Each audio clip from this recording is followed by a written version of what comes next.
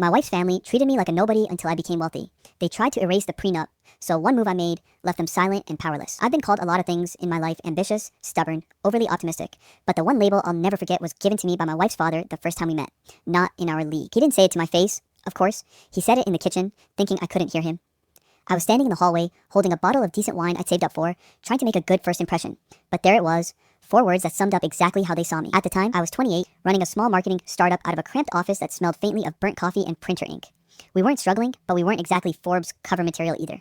My net worth could be calculated in months until rent is late, rather than how many commas in my bank balance. My wife, then just my girlfriend, was different. Maya had this grounded, genuine warmth that didn't match the rest of her family.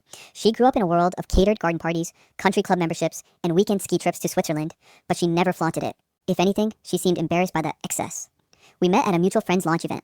She was standing by the buffet table, looking mildly horrified at the way the caterer was flambeing something dangerously close to the curtains.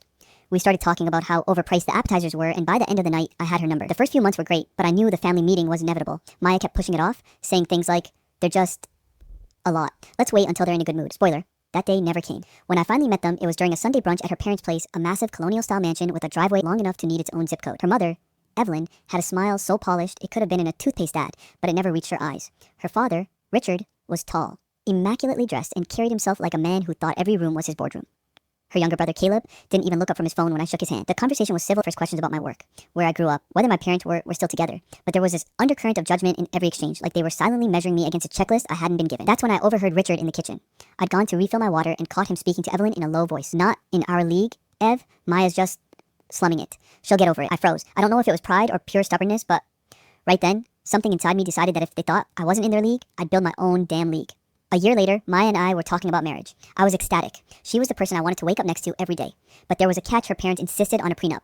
They framed it like they were protecting her, saying things like, "It's just standard in our family. We need to ensure she's secure." What they didn't realize was that I had no issue with a prenup as long as it was fair.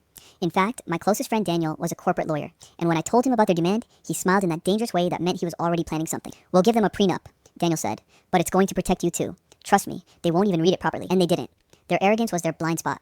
They assumed I was the one being let into their wealth, so they didn't care about clauses that locked away all future earnings under my sole ownership unless explicitly shared. When the papers were signed, I had no idea how important that little stack of legal jargon would become. The wedding was tense. Maya looked beautiful, radiant even, but her parents wore smiles so forced you could practically hear their teeth grinding. The family photos looked more like a hostage situation than a celebration. Caleb spent most of the reception hitting on the bridesmaids. Evelyn complained about the wine selection. Richard barely spoke to me except to comment on how interesting my choice of suit was, like it was some kind of budget knockoff. But I didn't care. I had Maya, and that was enough. For the first year of our marriage, we didn't see them much. Holidays, birthdays, the bare minimum. I poured myself into my business, which was starting to gain traction.